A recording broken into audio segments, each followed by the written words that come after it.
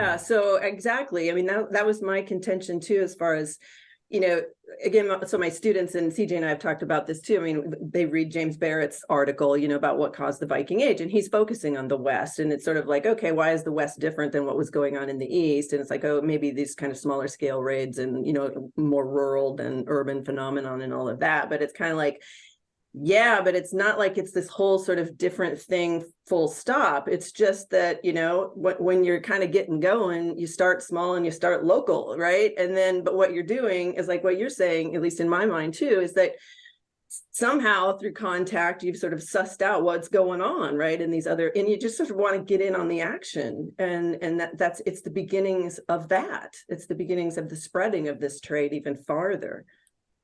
Yeah, it was Blogfist in Sindbag. There's so many, one reason just to get my book first plug, is that, you can actually see all the people that I've read that have had the really good ideas that I've kind of based everything on.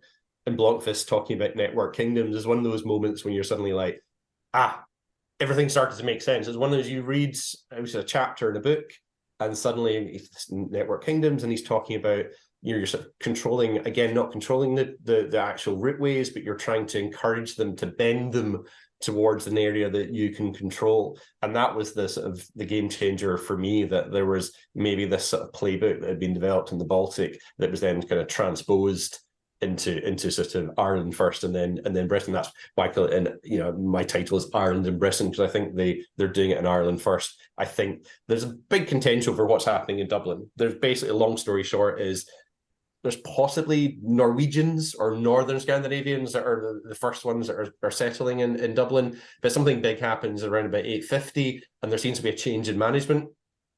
And I think what's happening then, it's these Southern Scandinavians. You can't really call them Danes because, whatever, but they're from Southern Norway, they're from Denmark, wherever. They've probably been in the Low Countries in Francia. Some of them will have been born there, sort of thing. So they're this different sort of group. And I think what happens in the 850s is this is when they've identified, okay, Dublin is a good place if you're wanting to set up a slave trading exercise, because you've got the warring Irish kingdoms and the overkings, so that's producing lots of captives, lots of potential slaves. And I think that these Southern Scandinavians say, okay, we'll have some of that.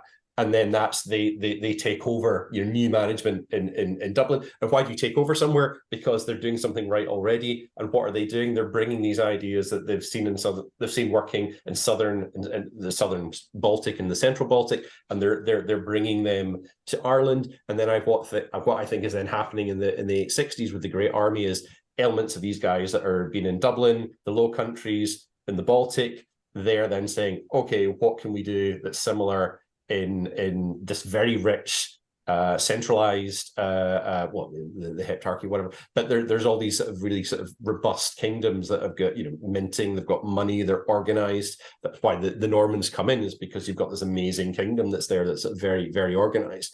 So they recognize that, but then they recognize they've got somewhere like a York, or, they try their best to keep London, but it's just too close to Wessex really to do that. So Jorvik is the place that they can say, okay, this is Dublin Mark II. This is our sort of British and Irish Mark II and then that's why I think for the rest of the first Viking Age, they're always trying to keep Dublin and York together, because that's the key. You want to have these major trading centers, and then from that you can link in, you can sell slaves through the Mediterranean, or you can trade across the North Sea into the Baltic and get some of that silver, the dirhams that which I talk about a lot.